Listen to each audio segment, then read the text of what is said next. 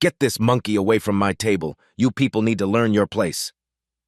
Victoria Whitmore's manicured fingers gripped her wine glass as she stood up at the VIP table. Without hesitation, she dumped the entire contents of red Cabernet over Damon Richardson's head. The wine streamed down his face, soaking his expensive suit, dripping onto the white tablecloth like spilled blood. Did you really think you belonged here? She set the empty glass down with a sharp clink, her voice dripping with disdain. The Silicon Valley Charity Gala froze. Every conversation stopped. Phones lifted, cameras rolled. She had no idea she'd just destroyed her family's billion-dollar empire. The man sitting there, wine dripping from his chin, wasn't some gatecrasher. He was the one person on Earth who could obliterate everything the Whitmore family had built over 3 generations. Have you ever seen someone's racism cost them absolutely everything? Let's rewind 12 hours to understand how we got here. The Tech Innovation Charity Gala was Silicon Valley's most exclusive event of the year. $1,000 per plate, invitation only, where billion-dollar deals were made over champagne and caviar. The Fairmont Hotel's grand ballroom sparkled with crystal chandeliers and the kind of old money that built empires. Victoria Whitmore swept through the entrance like she owned the place, and in many ways, she did. Third-generation heiress to Whitmore Industries, one of America's largest defense contractors. Her family had been building weapons for the military since World War II. Her great-grandfather started with ammunition. Her grandfather expanded into aircraft. Her father conquered missile systems. Now it was her turn to carry the legacy. But there was a problem. Whitmore Industries was bleeding money. 3 major contracts had fallen through in the past year. The Pentagon was shifting toward newer, more innovative contractors.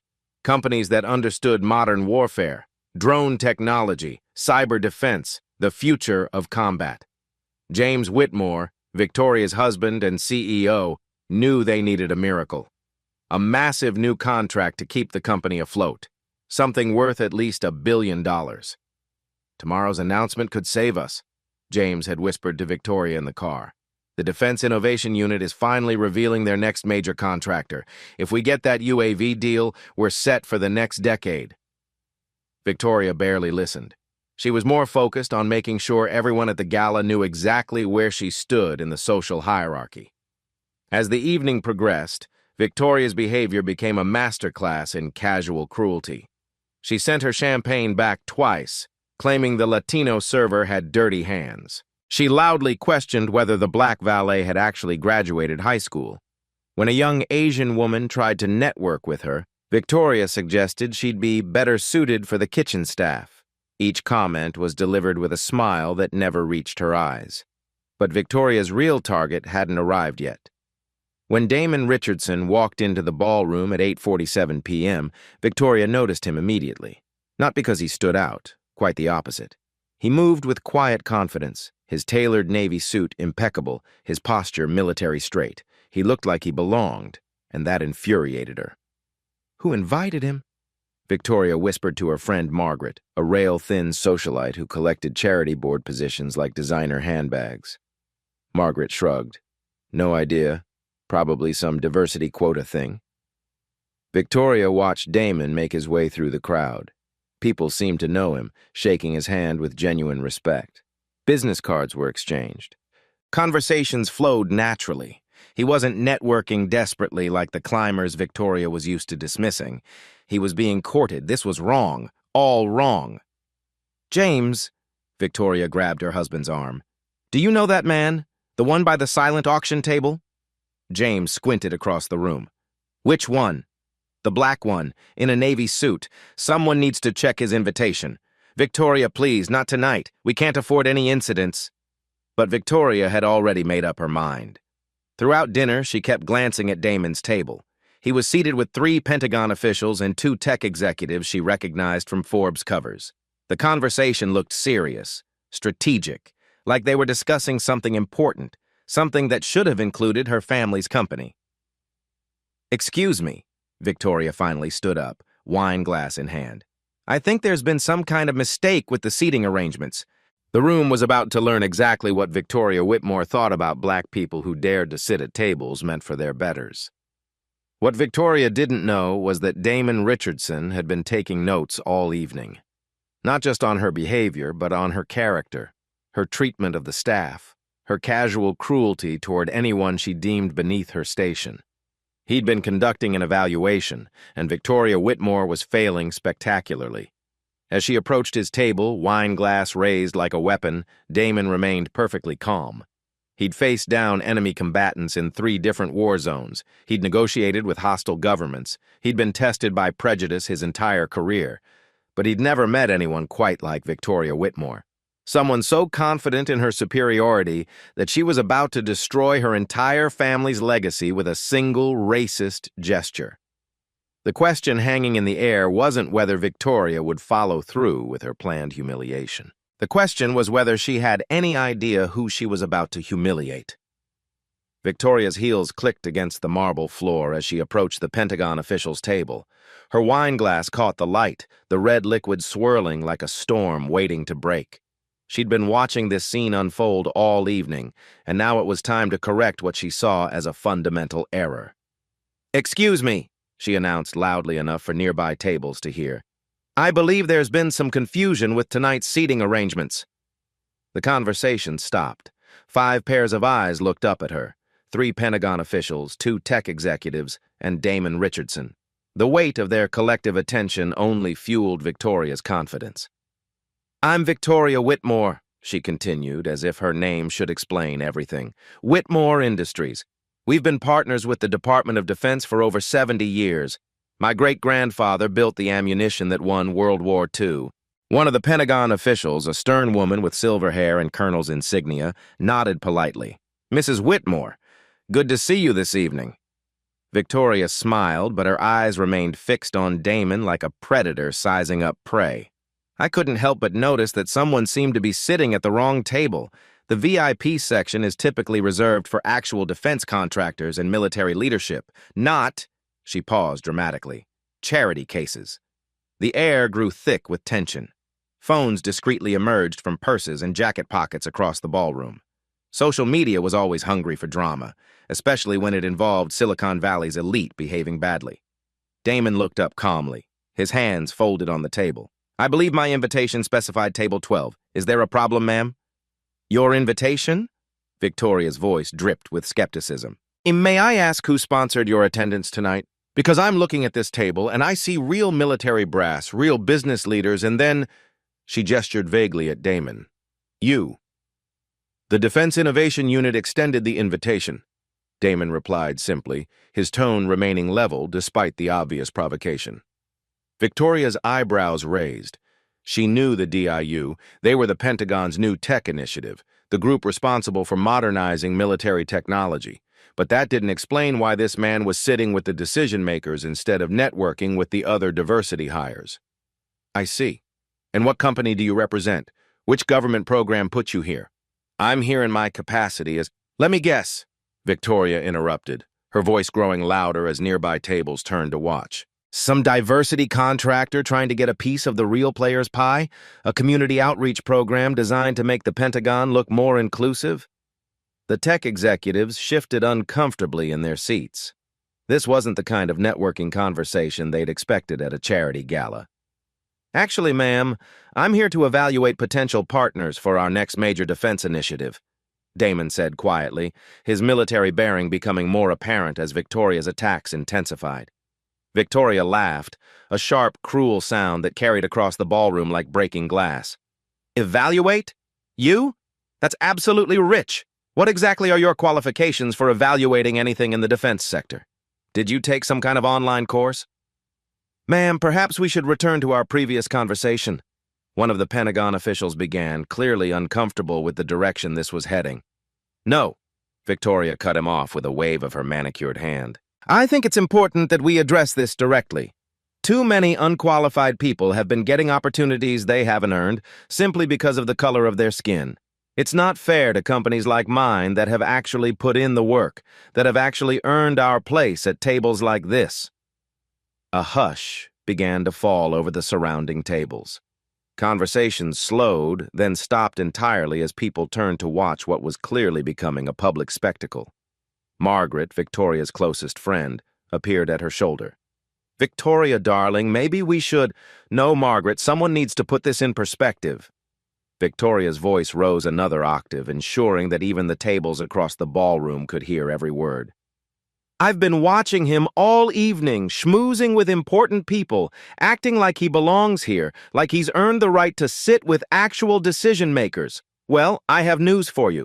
Damon stood up slowly, maintaining eye contact with Victoria. He was taller than she'd expected, his posture unmistakably military, his presence commanding in a way that should have given her pause. "Mrs. Whitmore, I think there may be some misunderstanding about—" "Don't you dare interrupt me!" Victoria snapped, pointing a finger at his chest. "Do you have any idea who you're talking to? My family has been serving this country since before you people even had the right to vote, before you people were allowed in the same buildings as real Americans." The words hung in the air like poison gas. Even Margaret gasped. "Victoria, please!" James Whitmore's voice carried from across the room as he began pushing through the crowd, having finally noticed his wife's public meltdown. "No, James, stay back. Someone needs to say what everyone else is thinking." Victoria grabbed her wine glass with both hands, raising it above her head like a weapon. "I'm tired of pretending that diversity quotas and affirmative action create actual qualifications. I'm tired of watching undeserving people take seats that belong to families like mine." Security guards began moving toward the table from multiple directions, but they were still 20 feet away, navigating through a crowd that had gathered to watch the spectacle. "Get this monkey away from my table," Victoria declared, her voice carrying across the now silent ballroom. "You people need to learn your place, and your place isn't here, pretending to be something you're not." The crystal glass tilted. Red wine cascaded over Damon's head in a perfect arc, soaking his hair, streaming down his face, staining his navy suit jacket. The liquid splashed onto the white tablecloth like spilled blood, creating an abstract pattern of humiliation. "Did you really think you belonged here?" Victoria set the empty glass down with a sharp clink, her voice dripping with satisfaction. "Did you really think anyone was fooled by your little charade?" The ballroom had gone completely silent. Every conversation stopped. Every fork paused midway to every mouth. 300 of the most powerful people in America watched in stunned horror as Victoria Whitmore delivered what she believed to be the defining moment of her social standing. Damon Richardson stood there, wine dripping from his chin, and did something Victoria didn't expect. He smiled, not a bitter smile, not an angry smile, a knowing smile. The kind of smile you give someone who has just made a catastrophic mistake and doesn't realize it yet. "Interesting choice, Mrs. Whitmore," he said quietly, pulling a handkerchief from his jacket pocket. He dabbed at the wine with the same calm precision he might use to polish his shoes. "Very revealing." Security approached from two directions, but Damon held up a hand. "That won't be necessary, gentlemen. Mrs. Whitmore was just expressing her opinion about military contracting qualifications and racial hierarchies." "Sir, are you certain? We can escort her." "No need." Damon continued dabbing at the wine stains methodically. "I think Mrs. Whitmore has made her position quite clear. This has been very educational." Victoria basked in what she perceived as total victory. Around her, several society friends nodded approvingly. This was how you handled people who didn't know their place. This was how you maintained order. "I'm glad we could clear that up," Victoria announced to the room, her voice carrying across the silent ballroom. "Sometimes direct communication is the only way to address these awkward situations." But something was wrong. The Pentagon officials weren't applauding. They looked absolutely horrified. The tech executives were staring at Victoria like she'd just announced her plans to join a terrorist organization. And James Whitmore was pushing through the crowd with the expression of a man watching his house burn down. "Victoria?" James reached the table, his face completely pale. "What have you done?" "What needed to be done?" Victoria replied confidently, still riding high on her perceived triumph. "I made sure everyone understands the proper hierarchy here. I defended our family's reputation." James looked at Damon, who was still calmly cleaning wine from his jacket. "Sir, I am so incredibly sorry. My wife didn't mean—" "Your wife meant exactly what she said, Mr. Whitmore," Damon interrupted gently, folding his wine-stained handkerchief. "Character assessments are often most accurate when people believe there are no consequences for their actions." James's face went completely white. "Character assessments?" Damon straightened his tie and looked directly at James with the kind of measured authority that made hardened soldiers stand at attention. "It's been an illuminating evening, Mr. Whitmore. I think we've learned everything we need to know about Whitmore Industries' corporate culture and leadership philosophy." He turned to leave, but paused at Victoria's shoulder. "Some mistakes can't be undone, Mrs. Whitmore. I hope the wine was worth it." As Damon walked away with military precision, phones across the ballroom were already uploading videos to social media. #Winegate was about to trend worldwide. Victoria stood there triumphant and oblivious, having no idea that she'd just ended her family's 70-year defense contracting legacy with a single racist gesture. The question wasn't whether she'd crossed a line. The question was whether the Whitmore family would survive what came next. By 6 a.m. the next morning, Victoria Whitmore had become the most hated woman in America. The videos were everywhere. Twitter, Instagram, TikTok, Facebook. Every platform was flooded with footage of her wine-pouring tantrum. The ##Winegate was trending #1 worldwide, ahead of a celebrity divorce and a natural disaster. But it wasn't just the incident itself that had people furious. It was Victoria's follow-up performance. Instead of apologizing, she doubled down, hard. Her Instagram post, uploaded at 2 a.m. while James begged her to delete it, read, "Sometimes you have to stand up for what's right. Real Americans shouldn't have to apologize for defending our values and our institutions. #Truth Matters, #Real Talk, #No Apologies." The comments section exploded. 30,000 responses in 4 hours, 90% of them calling for boycotts of Whitmore Industries. Screenshots of her post were being shared faster than wildfire, each one generating more outrage. Meanwhile, something strange was happening to Whitmore Industries' stock price. James stood in his home office at 7 a.m., watching the pre-market numbers with growing horror. Down 8%, down 12%. Down 15%. The algorithm traders were dumping Whitmore stock like it was radioactive waste. His phone buzzed with text messages from board members. Angry investors, panicked executives, everyone wanted to know the same thing. What the hell was Victoria thinking? But James didn't have an answer, because honestly, he had no idea who Damon Richardson actually was. "Get me everything you can find on that man from last night," James told his assistant. "Full background check, employment history, social media, everything." 3 hours later, the report came back, and it was virtually empty. Damon Richardson appeared to be a ghost. No LinkedIn profile, no Facebook account, no Twitter. The most sophisticated private investigation firm in Silicon Valley had found almost nothing about him beyond basic public records. Born in Detroit. I graduated from West Point. Military service. That was it. "This doesn't make sense," James muttered, staring at the 2-page report. "Nobody has this little digital footprint. Not in 2024. His assistant shifted nervously. "Sir, there might be a reason for that. People with classified clearances sometimes have scrubbed online presences. Military intelligence, CIA, NSA. James felt his stomach drop. "You think he's the government?" "I think," his assistant said carefully, "we should probably figure that out before your wife does any more interviews." But it was too late. Victoria was already on a local news show defending her actions with the kind of righteous indignation usually reserved for war crimes tribunals. "I stand by what I did," she told the news anchor, her chin raised defiantly. "That man was clearly out of place. Someone had to address the elephant in the room. These diversity programs are getting out of hand, and real Americans are tired of pretending otherwise." The interview went viral immediately, not in a good way. James's phone rang. The caller ID showed a number he'd never seen before, but somehow knew was important. "Mr. Whitmore, this is Colonel Patricia Hayes, Pentagon Personnel Office. We need to schedule an urgent meeting regarding your defense contracts." James's blood turned to ice water. "What kind of meeting?" "The kind where you come to us, Mr. Whitmore. Today, 2 o'clock. "Can you tell me what this is regarding?" "Last night's incident involving General Richardson." The line went dead. James stared at his phone, replaying the conversation in his head. General Richardson. General. The man his wife had called a monkey and drenched in wine was a general. James tried calling Victoria, but she was still doing media appearances. Local news, podcasts, YouTube channels, anyone who would give her a platform to explain why she was actually the victim in this situation. She's completely lost her mind, James told his brother Michael, Whitmore Industries' chief operating officer.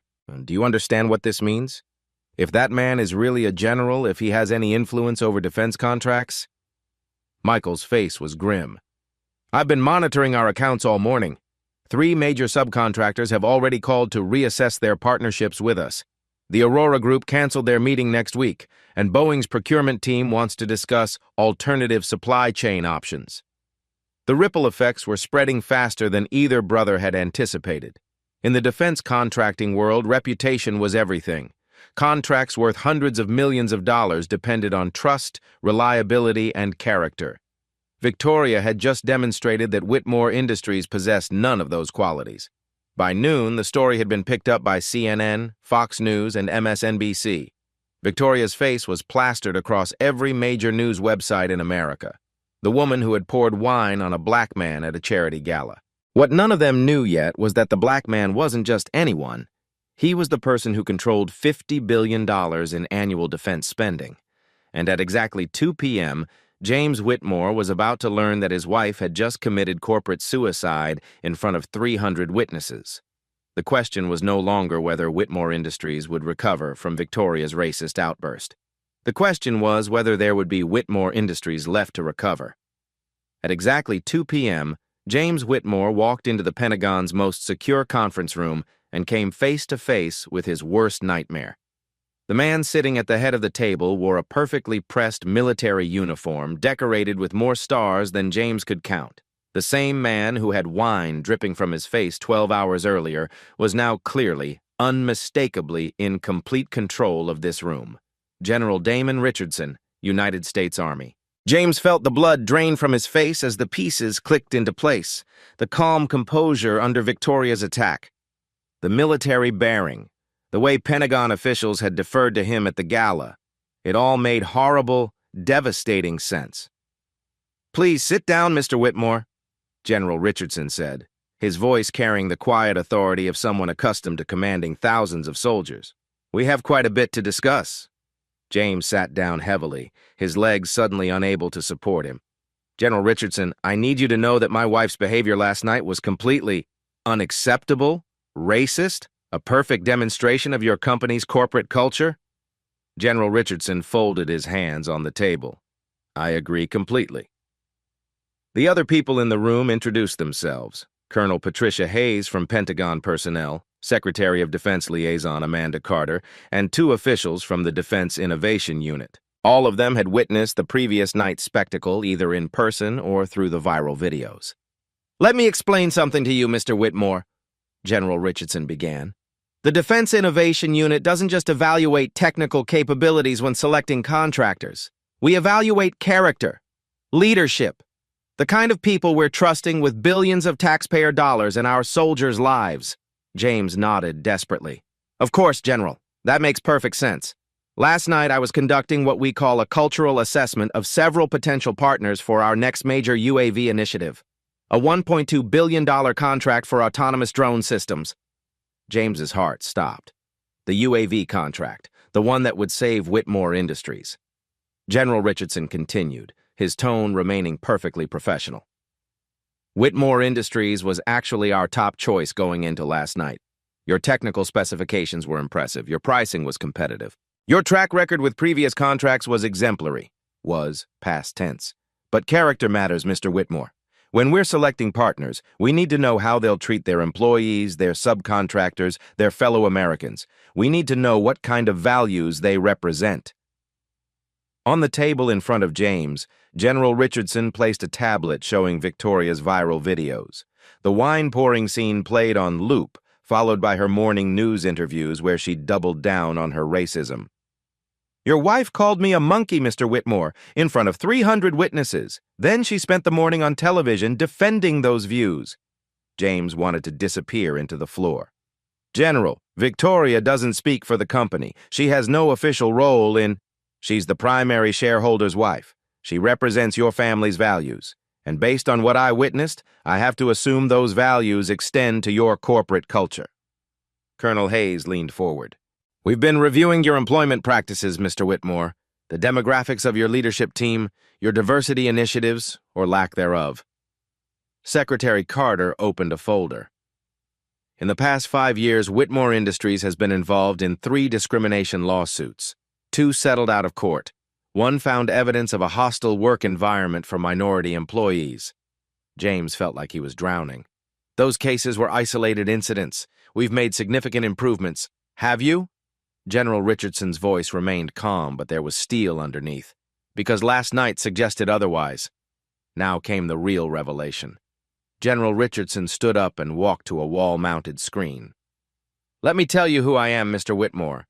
I enlisted in the Army as a private 25 years ago, served 3 tours in Afghanistan, earned my commission in the field, rose through the ranks despite facing exactly the kind of treatment your wife demonstrated last night.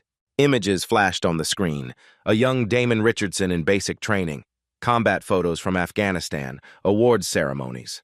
Each image showed his progression from enlisted soldier to commissioned officer to general.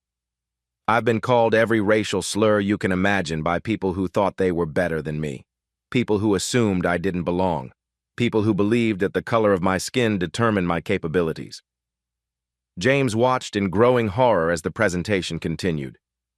I now oversee the Defense Innovation Unit's annual budget of $50 billion.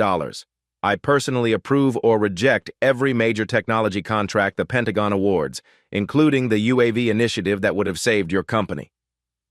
The room fell silent except for the hum of air conditioning.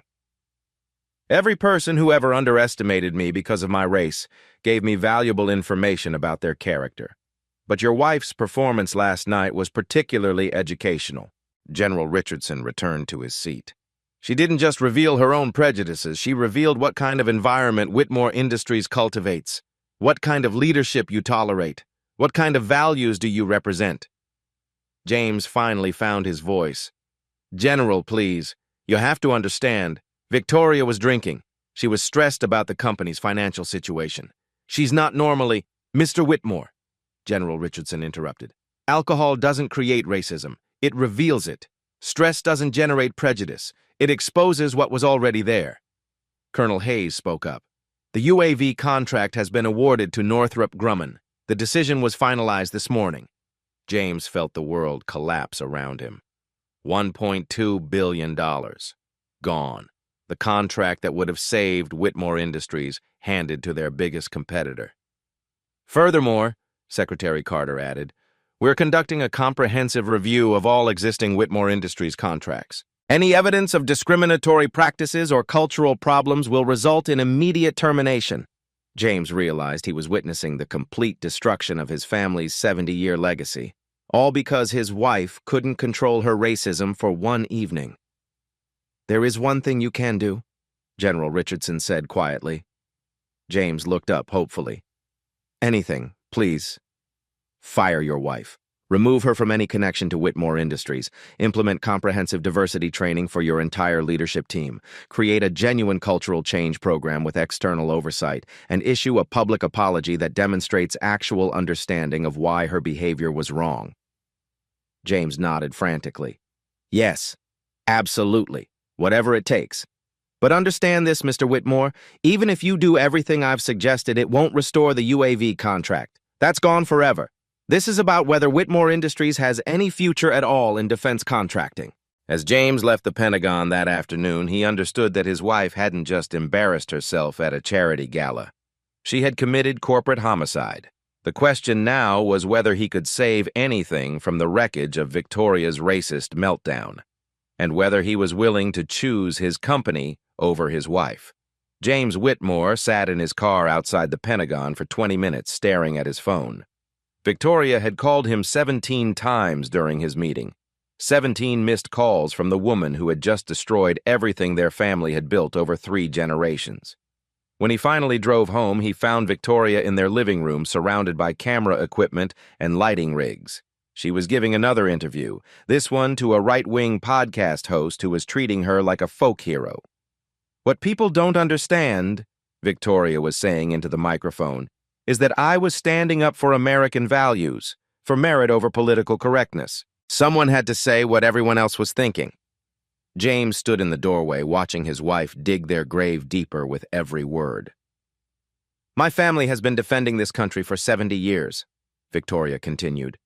We've earned our place at those tables through blood, sweat, and sacrifice, not through diversity quotas or affirmative action programs." The podcast host nodded enthusiastically. "So you have no regrets about your actions?" "None whatsoever. I'd do it again tomorrow." James turned off the recording equipment. "Victoria, we need to talk. Now." "James, perfect timing. I was just explaining to Marcus here about how—" "Get out!" James's voice carried a fury that made the podcast host jump. "Everyone out, now!" The crew scrambled to pack their equipment, sensing the impending explosion. Victoria watched them leave with confusion. "James, what's wrong? The interview was going perfectly." "Do you want to know who you poured wine on last night?" James's voice was deadly quiet. "Some diversity hire who got above his station. I already told you. General Damon Richardson, head of the Defense Innovation Unit, the man who controls $50 billion in military contracts annually." Victoria's face went blank. "What?" "The man you called a monkey. The man you humiliated in front of 300 witnesses. He's a general in the United States Army, Victoria, and he was evaluating us for the UAV contract." The color drained from Victoria's face. "That's impossible. He was just sitting there like what? Like he belonged there?" "He did belong there, Victoria, more than you did, more than I did. He outranks every person in that room." Victoria sank into her chair as the full scope of her mistake began to dawn on her. The UAV contract, gone. $1.2 billion, awarded to Northrop Grumman this morning. "But surely if we explain—" "Explain what? That my wife is a racist who attacks black generals at charity galas? That Whitmore Industries is run by people who think the color of someone's skin determines their worth?" Victoria's shock was quickly replaced by defensive anger. "I am not a racist. I was protecting our family's interests. By calling a decorated war hero a monkey? I didn't know he was—" "It shouldn't matter what he was," James exploded. "You don't treat people like that regardless of their rank or position, but you're so blinded by your prejudice that you can't see past skin color." The argument was interrupted by James's phone buzzing. Emergency board meeting, called by Victoria's own father. Richard Whitmore, the company's founder and chairman, had seen the videos. 2 hours later, the Whitmore Industries boardroom was packed with the most powerful people in the defense contracting industry. Victoria's father sat at the head of the table, his face carved from stone. "Victoria," Richard said quietly, "explain to me what you were thinking." Victoria tried to summon her earlier confidence, but facing her father and the board felt different than facing podcast hosts and right-wing media. "Daddy, I was defending our family's reputation. That man was clearly out of place." "That man," interrupted board member Patricia Collins, "was General Damon Richardson. I served under him in Afghanistan. He's one of the most respected officers in the military." Victoria's face went white. Another board member, former Secretary of Defense William Hayes, leaned forward. "Do you have any idea what you've done to this company's reputation? We've already received calls from 15 major clients questioning their partnerships with us." "This is a temporary setback," Victoria protested. "Once people understand the full context." "The full context," Richard Whitmore said slowly, "is that my daughter publicly humiliated a black general while using racial slurs. The full context is that she's spent the last 18 hours defending her actions on national television." Collins opened a laptop. "Let's review the evidence." The boardroom screen filled with social media posts. Victoria's Twitter account, her Instagram story, her morning news interviews. Each one showed her doubling down on her racist behavior, refusing to apologize, claiming she was the real victim. "Victoria Whitmore stands by her actions."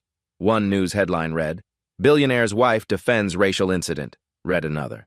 "She called him an animal," Collins said flatly, "on camera in front of Pentagon officials." Victoria tried one more defense. "I was protecting American values." "American values?" Her father's voice was ice cold. "Is racism an American value, Victoria? Is humiliating our military heroes an American value?" The room fell silent. Then Collins spoke up. "We've been contacted by the Equal Employment Opportunity Commission. They're opening an investigation into Whitmore Industries' workplace culture." Hayes added, "The Pentagon has initiated a comprehensive review of all our existing contracts." Any evidence of discriminatory practices could result in immediate termination. Victoria's mother, who had remained silent until now, finally spoke. Victoria, dear, you need to understand what you've done. You haven't just embarrassed yourself. You've destroyed 3 generations of work. I can fix this, Victoria said desperately. I'll apologize, It's too late for apologies, Richard said. The damage is done. The question now is how we save what's left of this company. Collins pulled up financial data. Stock price is down 32% since yesterday. We've lost 4 major subcontracts. Boeing is reassessing their partnership with us. Hayes continued the devastating news. Lockheed Martin canceled next week's negotiations. Raytheon is exploring alternative suppliers. Victoria's father stood up slowly. By the authority vested in me as chairman of this board, I am removing Victoria Whitmore from all positions within Whitmore Industries effective immediately. Daddy, you can't. I can and I am. Furthermore, her trust fund is frozen pending a full investigation of her actions and their impact on company assets. The other board members voted unanimously to support the decision. Victoria's mother continued. Your behavior has been a pattern, Victoria. We've ignored it for too long. The way you treat service workers, employees, anyone you consider beneath you. It stops now. Collins opened another file. We found additional incidents. A wrongful termination lawsuit from 2019 involving a black employee who claimed Victoria created a hostile work environment. She settled out of court for $200,000. More evidence emerged. Employee complaints that had been buried, discrimination allegations that had been quietly handled by HR, a pattern of racist behavior that went back years.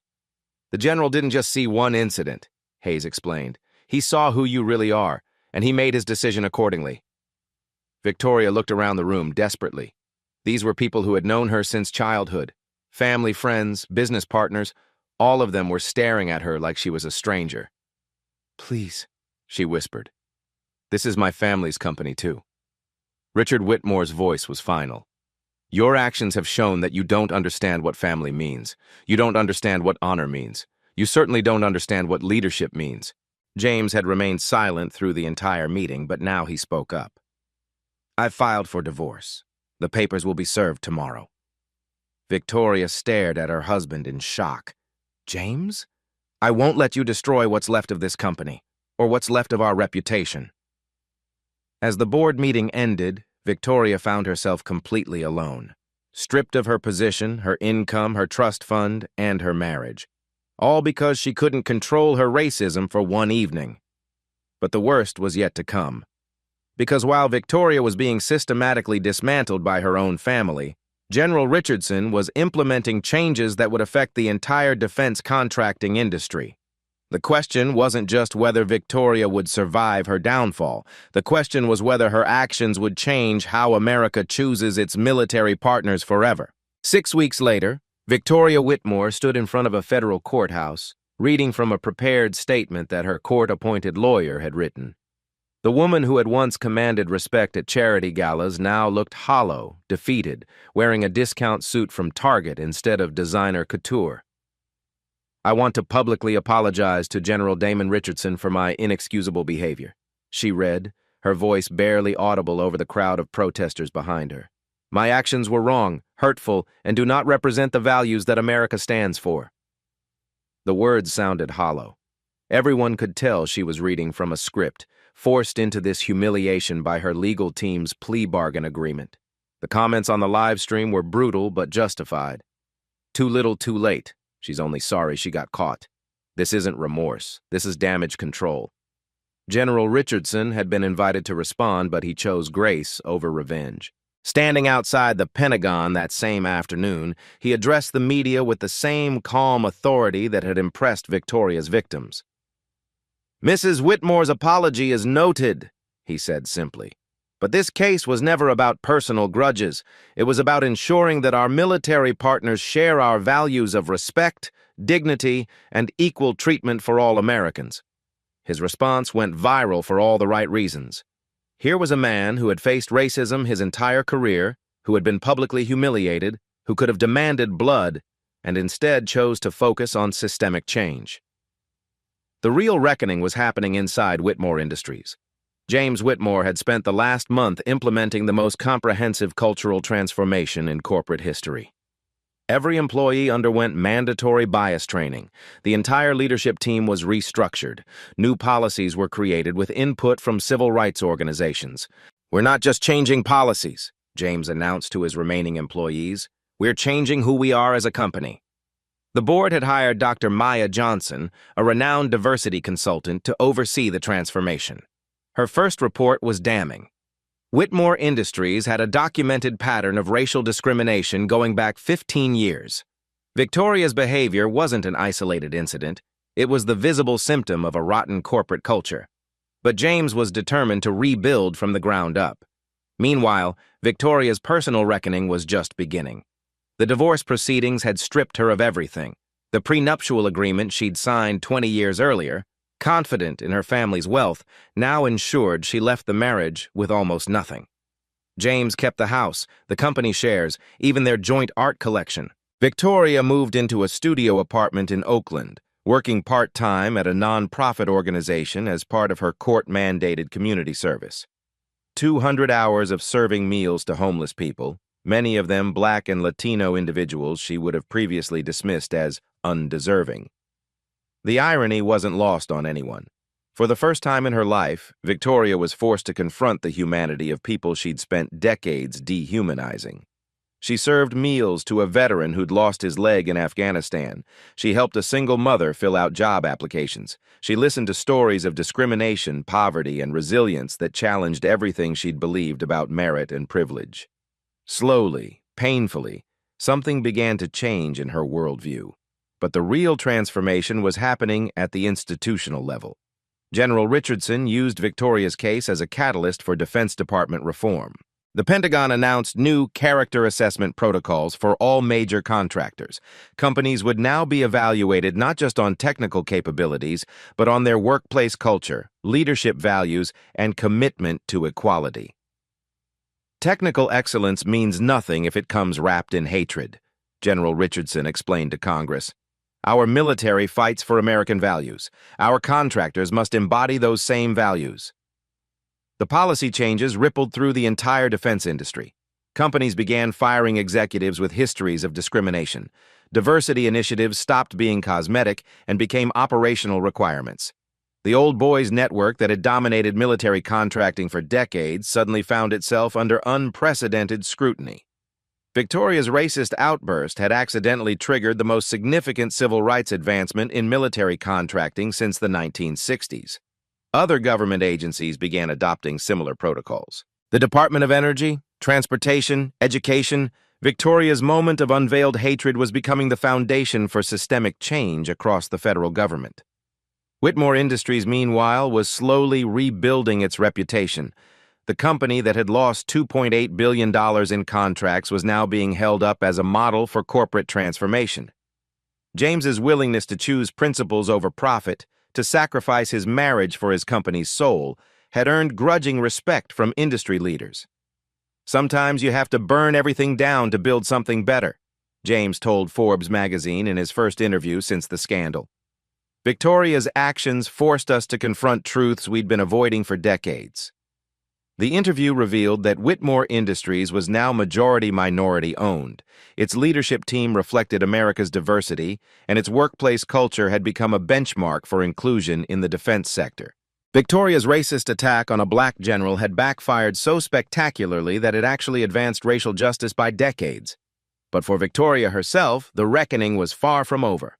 As she served meals in Oakland, filed paperwork in San Francisco, and slowly began to understand the damage her privilege and prejudice had caused, one question haunted her. Was redemption possible for someone who had weaponized hatred so completely? The answer would determine not just her future, but the future of accountability in America. 1 year later, Victoria Whitmore stood in that same homeless shelter in Oakland, but everything had changed. She wasn't there for court-mandated community service anymore. She was there as a volunteer, arriving early and staying late, her hands rough from months of honest work. The designer manicures were gone. The entitled smirk had disappeared. Something fundamental had shifted in her soul. "Miss Victoria," called out Marcus, an elderly Black veteran she'd served meals to for months. You got those job applications ready for tomorrow's workshop? Victoria nodded, organizing paperwork with the same attention to detail she'd once reserved for charity gala seating charts. But now that precision served people who actually needed help, not people who wanted to be seen helping. The woman who had once called a black general a monkey now spent her days helping homeless veterans navigate the same bureaucracy that had failed them. The irony wasn't lost on anyone, least of all Victoria herself.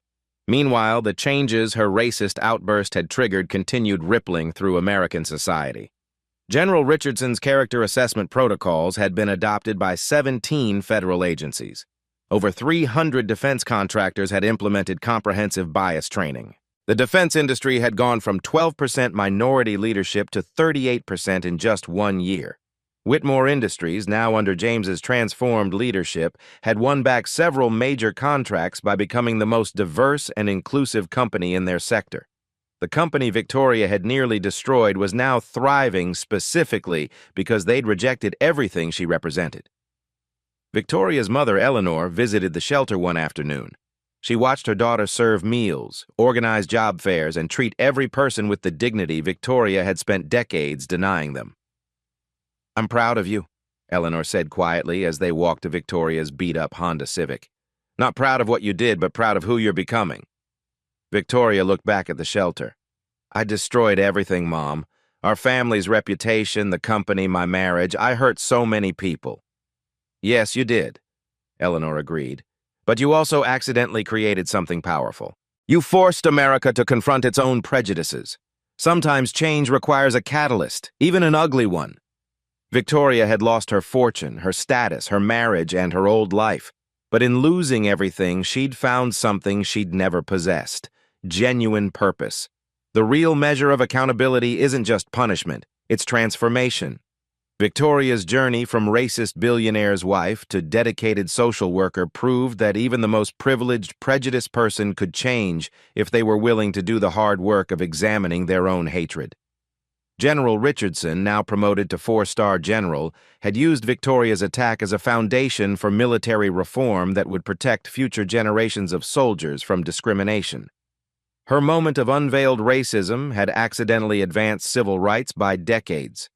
James Whitmore had rebuilt his company's culture from the ground up, proving that corporate America could choose values over profit and still succeed. Victoria herself had learned that true worth comes not from the color of your skin, your family's wealth, or your social status, but from how you treat other human beings when you think nobody important is watching. The question that started this story was simple. Have you ever seen someone's arrogance backfire so spectacularly that it changed the course of history itself?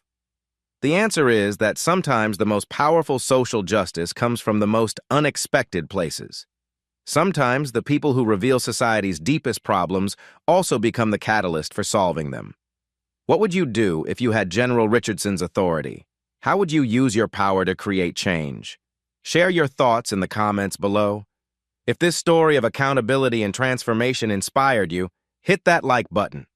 Subscribe for more stories about justice, redemption, and the power of standing up for what's right. Because in the end, change happens when good people refuse to stay silent, and when bad people are forced to face the consequences of their choices. Thank you for reading. At Black Voices Uncut, we don't polish away the pain or water down the message. We tell it like it is because the truth deserves nothing less. If today's story spoke to you, click like, join the conversation in the comments, and subscribe so you'll be here for the next Uncut Voice.